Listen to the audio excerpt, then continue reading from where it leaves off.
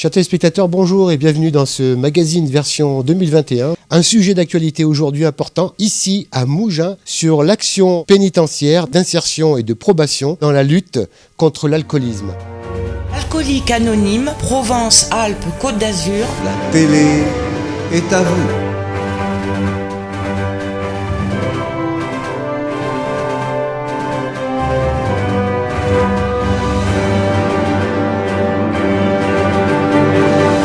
Sophie, bonjour. Qu'est-ce que le SPIP, votre rôle et votre mission? Alors le SPIP, Service pénitentiaire d'insertion et de probation, c'est un service qui existe depuis une vingtaine d'années, un service du ministère de la Justice. Notre mission principale, c'est de lutter contre la récidive.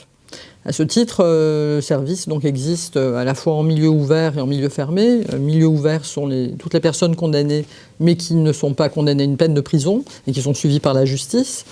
Et le milieu fermé, c'est tous les gens qui sont envoyés en prison à la suite d'une condamnation. Voilà. Donc notre service est composé donc d'agents qu'on appelle des conseillers pénitentiaires d'insertion et de probation, qui sont chargés individuellement du suivi des personnes condamnées, et qui réalisent pour ça des évaluations de façon à pouvoir apprécier leur degré de dangerosité et surtout mettre en place toutes les actions qui sont nécessaires pour éviter une récidive. Donc ça peut être effectivement des actions liées à des addictions telles que l'alcoolisme, telles que les prises de stupéfiants, voilà, toutes ces choses-là. On parlait tout à l'heure du sujet d'actualité, donc qu'est-ce qui se passe en ce moment? Exactement, oui. En ce moment, effectivement, on parle beaucoup du SPIP à l'occasion de faits divers tragiques, puisque les violences faites aux femmes, c'est une cause nationale, et malheureusement, on sait que de plus en plus, on a des personnes condamnées pour ces faits-là, et parfois, effectivement, dans les faits divers actuels, quand les choses se passent vraiment mal et que malheureusement on a des morts à déplorer, on recherche souvent des responsabilités, y compris les nôtres, pour savoir si on a réellement fait notre travail dans le suivi des personnes qu'on a en mesure. Très bien, on va passer la parole à Candy. Votre action sur le terrain, ça se traduit comment? Donc, comme a dit ma collègue, le service pénitentiaire d'insertion et de probation a une antenne en milieu fermé et une antenne en milieu libre.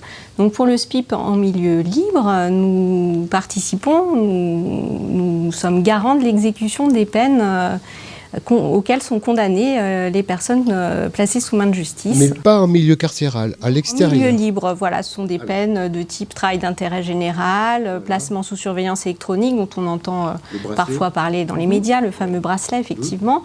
Voilà, d'autres peines de sursis avec des obligations particulières à respecter, comme des obligations de soins. Et là, on rejoint souvent les problématiques autour de l'alcool ou des addictions en général. Très bien. Donc il y a un aspect interne et un aspect externe. Donc, alors, là, ce qui nous préoccupe aujourd'hui, c'est le magazine des alcooliques anonymes. Donc l'alcoolisme fait partie d'un phénomène aussi que vous devez gérer. Quelques mots à ce sujet. L'alcoolisme n'est pas une infraction en soi, bien évidemment. En revanche, on peut dire pour les personnes qui sont incarcérées que dans la plupart des cas, souvent, il y a la présence de consommation d'alcool qui conduit à passer à l'acte. Ils tombent dedans ou ils sont déjà tombés? Ils sont déjà tombés et en fait, c'est cette consommation qui les fait passer à l'acte. Alors donc ça peut prendre diverses formes. Ça peut être des outrages contre les forces de l'ordre, ça peut être des violences, alors des violences en général et puis surtout les violences faites aux femmes, puisque souvent les passages à l'acte sont faits après consommation. Et donc effectivement, je pense que au moins les 3/4 des personnes qui passent par la case prison sont concernées par des problèmes d'addiction et souvent d'alcoolisme. C'est ça, ils ne sont pas tout à fait dans leur état normal, on va dire. Non, voilà. Non, c'est un facteur aggravant, en tout cas déclècheur. C'est quelque chose que vous prenez en compte sérieusement au niveau Très sérieusement, oui. Voilà. Très sérieusement. Côté externe, vous êtes d'accord avec Sophie? On rencontre les mêmes choses en milieu ouvert ou en milieu fermé, ce sont les mêmes problématiques. D'ailleurs, une partie des personnes exécutent leur peine souvent d'abord en milieu fermé et ont souvent une peine à suivre qu'ils purgent en milieu ouvert ou un aménagement de peine qui leur permet de reprendre pied dans la société. D'accord. Bon, ça c'est le cadre. Alors maintenant, on va passer à la deuxième phase du débat, la relation avec les alcooliques anonymes qui, eux, proposent des réunions d'information, de sensibilisation, on va dire. Vous les avez connus comment? Donc en fait, l'intervention actuelle des alcooliques anonymes se fait essentiellement, même principalement sur la maison d'arrêt. C'est-à-dire qu'ils viennent rencontrer des personnes détenues. Ah ouais. Donc nous, notre rôle, c'est de mettre en contact des personnes qui s'inscrivent pour rencontrer les alcooliques anonymes et donc de favoriser effectivement cette rencontre au sein de l'établissement. Alors, vous posiez la question, oui, effectivement, les alcooliques anonymes, pour nous, sont des partenaires institutionnels oui, qu'on connaît depuis très longtemps et à qui, évidemment, on fait toute confiance. Vous confiez une mission. Absolument. Enfin, ça fait partie, justement... Enfin, nous, notre rôle, si vous voulez, c'est un rôle de prescripteur, d'orientateur. C'est-à-dire, nous, on fait une évaluation sur les personnes. À partir du moment où on fait cette évaluation, on essaie de trouver des solutions pour que les gens progressent sur ces problématiques. Donc, les problématiques sont évidemment différentes. Ça peut être des stupéfiants. En l'occurrence, là, c'est l'alcool. Mais je dis, c'est souvent l'alcool, de toute façon, qui génère des infractions. C'est un paramètre important. Très important. Donc, du coup, tout est bon à prendre pour nous. Tous les intervenants sont utiles. Et les alcooliques anonymes, bien évidemment, on leur part. D'autant plus que sur la maison d'arrêt de Grasse, maintenant, depuis 1 an et demi, nous sommes en difficulté. Car d'un point de vue addicto, nous n'avons plus de médecins addictologues. Donc, en gros, la prise en charge des personnes qui ont vraiment besoin de soins. Ils ont une grosse mission. Ils ont une grosse mission, de combler le manque du personnel que vous n'avez pas sous la main. Même topo pour vous, Candy ? Sur le milieu ouvert, étant donné qu'on est sur du droit commun, il n'y a pas de partenariat spécifique, puisqu'il n'y a pas de partenaires qui viennent dans nos locaux pour rencontrer les personnes que nous suivons. Comment vous faites ? Par contre, effectivement, les personnes peuvent tout à fait contacter les permanences mais est-ce que des alcooliques anonymes. Vous proposez cette solution ? Nous, on les oriente facilement vers les centres de soins et ensuite, ils sont libres de choisir toute personne susceptible de les aider dans leurs problématiques. Mais comme ils ont aussi une relation avec les centres de soins, ils font des réunions d'information, de sensibilisation. Est-ce que vous avez des résultats, toutes les deux ça fait combien de temps que vous les connaissez ? Longtemps, très longtemps. Bon, le programme des alcooliques anonymes, vous en avez déjà perçu les fondements ? Très clairement, ce sont des démarches qui sont complètement personnelles. Nous, on sait quelle est la plus-value pour une personne qui est en prise avec ses difficultés face à l'alcool, d'aller vers les alcooliques anonymes. Après, chacun sait que c'est la même démarche qu'on fait et à l'extérieur et à l'intérieur, à savoir qu'il y a des gens pour lesquels cette démarche est vraiment celle qui va leur permettre de se sortir du chaos de l'alcool, et d'autres pour lesquels ce n'est pas forcément la meilleure solution. Mais il faut laisser au moins la possibilité à chaque personne de connaître l'existence des alcooliques anonymes et d'essayer d'y aller et de voir si c'est bien ou pas. Le coup, bien sûr. Vous avez un petit peu une notion du travail que réalisent les alcooliques anonymes au sein des prisons ? Oui. Comment ça se passe ? Oui, la notion, moi j'ai des retours. C'est quoi, ils ont une salle à l'intérieur ? Voilà, dites-moi absolument. En fait, si vous voulez, il y a des gens qui nous écrivent à l'intérieur pour nous dire, j'aimerais bien avoir rendez-vous avec les alcooliques anonymes. Donc nous, on constitue des listes. Ensuite, l'équipe... Vous organisez la réunion. On organise la réunion. Et puis, notre rôle au niveau de l'administration pénitentiaire, c'est d'amener ces personnes dans la salle pour entrer en contact avec les personnes des alcooliques anonymes.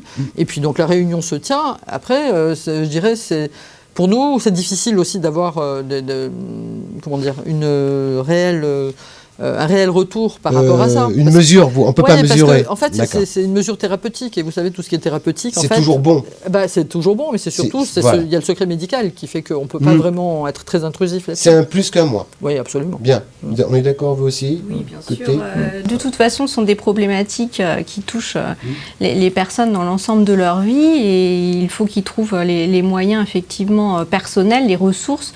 Donc ça peut être effectivement les alcooliques anonymes et puis ça peut être d'autres démarches. Oui, d'autres démarches, parce qu'il y a d'autres associations aussi qui s'occupent de ça. Oui, il y a l'Exapa aussi, il y a pas mal d'orientations qui sont faites. On va peut-être conclure, tout ce que nous réalisons, même l'interview d'aujourd'hui, c'est bénéfique.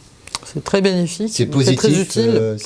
C'est pour aider la société qui est dans le mal, tout ce qui est bon à prendre pour lutter contre le fléau qu'est l'alcoolisme est bon à prendre. Merci à vous deux pour ces explications. Nous allons maintenant recueillir le témoignage d'un ancien détenu incarcéré pour son problème d'alcool. Fred, je te remercie de nous permettre de t'interviewer pour connaître ton ressenti par rapport à ton arrêt d'alcool et la connaissance des alcooliques anonymes dans le milieu carcéral pour nous permettre justement de transmettre le message à ceux qui souffrent encore.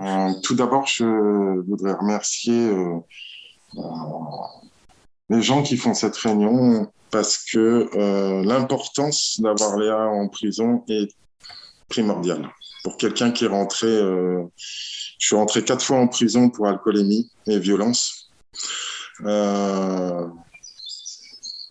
La première fois où je suis rentré, on est abasourdi, on apprend comment on vit dans le milieu carcéral, quelles sont les règles, quelles sont les choses à faire, parce que c'est quand même très compliqué.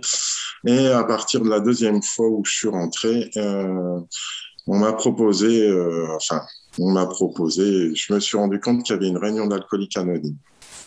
Donc j'avais décidé de me soigner. Parce que tant que vous ne l'avez pas décidé vous-même, je crois qu'on ne peut rien faire. Et j'ai été à une des premières réunions. Je me rappellerai toute ma vie. C'était dans une salle, il y avait d'autres personnes et il y avait 2 intervenants, Dominique et Gérard, qui ont raconté leur parcours, chacun à leur tour. Et après, qui nous ont donné la parole pour entendre notre partage. Pourquoi on est arrivé là? Qu'est-ce qui s'était passé? À cause de quoi? C'était l'alcool. Voilà. Et je me suis pris au jeu de ces réunions une fois par mois, donc c'était pas grand-chose, mais c'était le rayon de soleil dans un endroit sombre, lugubre et dangereux, c'est-à-dire les prisons. Et ça m'a permis de commencer les 12 étapes, de comprendre ma maladie, parce que je ne savais même pas que c'était une maladie. Pour moi, une maladie, vous avez le cancer, on vous opère, on sait soignable ou pas. Je ne savais pas que l'alcool, c'était une maladie. Donc, j'ai appris beaucoup de choses par Léa. Et par la suite, je suis sorti de prison. Alors, ils organisent même quelqu'un qui vient vous chercher. Moi, je ne l'ai pas fait à l'époque. Et j'ai commencé mes réunions en réel, dans un groupe. Je suis resté un bon mois sans parler. J'ai eu des partages de gens bien pires que moi, mais très intéressants, où on vous donne les solutions, où vous apprenez l'humilité, où vous apprenez les émotions, les bonnes ou les mauvaises. Là, j'ai trouvé un parrain que je pouvais appeler pour pas revoir. Je me suis rendu compte, parce que j'avais arrêté tout seul 2 ans, mais bien sûr, j'ai replongé. À la moindre émotion, j'ai replongé. Et je me suis rendu compte que si je tendais pas la main à quelqu'un, et Léa m'ont attrapé la main et m'ont permis d'arrêter de boire définitivement, puisque j'ai été abstinent. J'ai rechuté une fois et j'ai un peu plus d'1 an d'abstinence. Voilà. Et ma vie est transformée parce que chaque chose que je fais, j'ai mon cerveau à moi, pas anesthésié par l'alcool. Ces réunions sont vitales pour moi. Pendant le Covid-19, il y avait des réunions virtuelles et c'était fantastique parce que croyez-moi, quand on est confiné et qu'on a quand même des réunions, c'est aussi merveilleux. C'est des gens qui se démènent tout le temps. Je sais qu'ils vont dans les hôpitaux. Je sais qu'ils vont un peu partout. Vous avez besoin d'eux, ils sont toujours là. Voilà. Léa m'ont sauvé, m'ont remis en forme. Je ne sais pas passer une journée sans faire une réunion, là, actuellement virtuelle. 2 fois par semaine, j'allais à ma réunion tout près de chez moi. J'ai découvert un parrain. C'est quelqu'un qui vous parraine, c'est le mot parrain. Vous pouvez l'appeler quand vous voulez. Il fait les étapes avec vous. Il vous explique. Et maintenant, voilà. Je suis abstinent et je suis heureux d'être abstinent, quoi. Et ça, depuis, je ne retourne plus en prison. j'ai repris ma vie en main. Je suis parti de France parce que je me suis rendu compte trop de stress. Et je suis arrivé aux Caraïbes, où les gens sont tous gentils. Voilà, ça m'a transformé la vie. Et je suis toujours dans des réunions d'Alcooliques Anonymes, même à 10 000 kilomètres. J'ai toujours les mêmes amis en réunion de ma réunion où j'allais, ou d'autres réunions que je fais, celle de Paris, Montsartou, Grasse, Cannes-sur-Mer, Vence, ils sont partout. Et vous, si vous l'avez décidé, ça marche vraiment. Je te remercie, Fred, de ton témoignage. C'est vraiment émouvant et je sens bien que cette aventure que tu as eue est derrière toi et aujourd'hui, tu es maintenant au soleil et le soleil te permet d'avoir véritablement une vie heureuse. Et c'est le but de la manœuvre.